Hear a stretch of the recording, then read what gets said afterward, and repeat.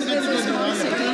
This is an educational hub of Karnataka with 15 engineering colleges within a 150 kilometers radius, producing thousands of graduates annually. Our youth have committed themselves to skill development and graduate degrees, yet the employment opportunities are a few. They have to migrate to Tier 1 cities like Bengaluru, such is a growing reality of many such Tier 2 and Tier 3 cities. With its low cost of living, good infrastructure, education ecosystem, and excellent connectivity, Davangere is an ideal destination for IT business. Decongesting the capital city and fostering balanced growth across the region is the need of the hour. My question to Honourable Minister is, has the government formulated a concrete strategy and effective environment policy for developing new IT hubs in the country? Will the government provide financial incentives to IT companies to get them set up IT hubs in the Tier 2 and Tier 3 cities? Thank you, sir. Honourable Speaker, sir, as far as what the member... माननीय सदस्य, आप एक ही party के लोग हो, अलग अलग राज्यों की लड़ाइयाँ क्या कर रहे हो? आप सब एक ही पार्टी के लोग हो, अलग अलग राज्यों की लड़ाइयाँ ला रहे हो आप? नो, ये राज्यों का विषय यहाँ मत लाइए।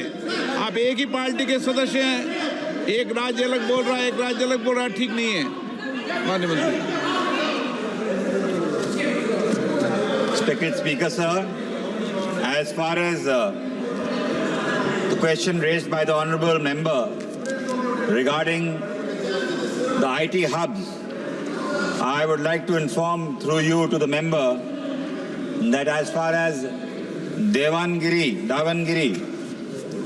is concerned, the Lok Sabha, that the Ministry of Electronics and IT has set up a software technology park in that particular region, and as of now the built-up area of that technology park is 10,000 square feet, but the policy of setting up technology parks is such that if the state government does give 2 acres and a built-up space area of 50,000 square feet, the Ministry of Electronics and IT is prepared to set up the park there. As of now, 10,000 square feet of built-up space area and a park is functional. There are about 6 companies which are operational and using the incubation facilities. There are also 1 company which is doing export through this software technology park. And as far as the question raised about IT hubs, the Government of India doesn't specifically ensure or have any policy for IT hubs, but state governments do ensure some IT cities and high-tech cities where they give infrastructure, connectivity.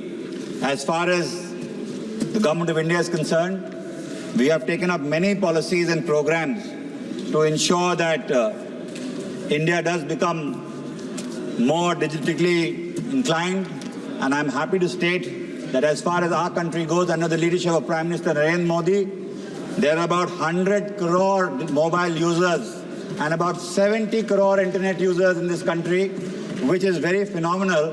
And in times to come, the dominance of any country will be judged by its space in the cyberspace. And India is very well placed for that. We have come out with various initiatives and schemes, which I can tell that electronics manufacturing hubs are being set up.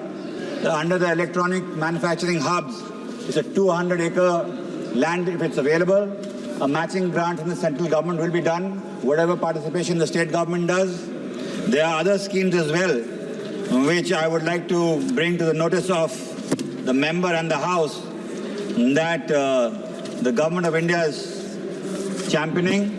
We have this next generation incubation scheme for startups.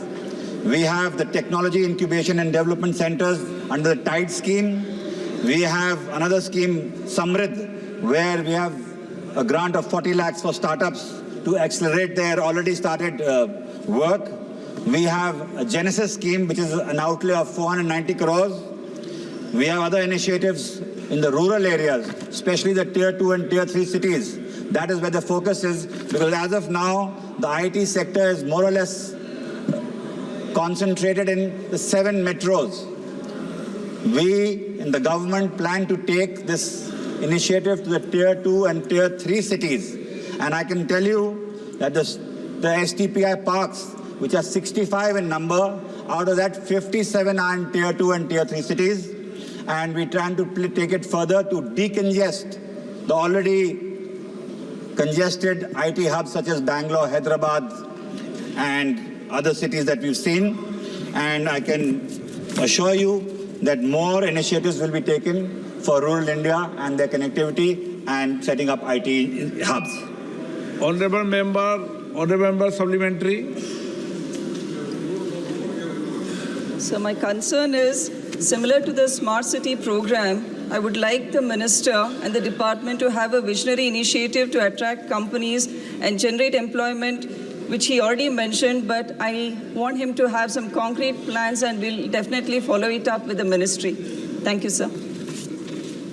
Respected Speaker, sir, I gladly welcome whatever initiative and ideas the Honourable Member has, and I will ensure that whatever suggestions do come, we will try and run it in the ministry. But I would like to inform, as far as the IT industry goes, it has a revenue of about 21.3 lakh crores, and out of which 16.7 lakh crores is export oriented.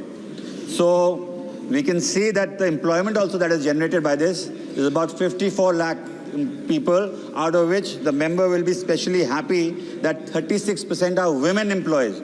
So there is a big sector and initiative for the women employment as well.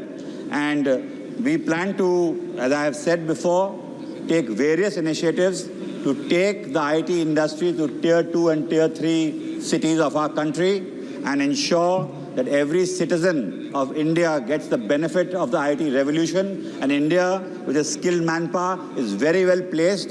The government, under the leadership of Prime Minister Narendra Modi ji, is taking various initiatives and steps to ensure that our cyber space is also secure and our citizens do get the benefit of the IT revolution. Thank you. Shri Gurjit Ojla.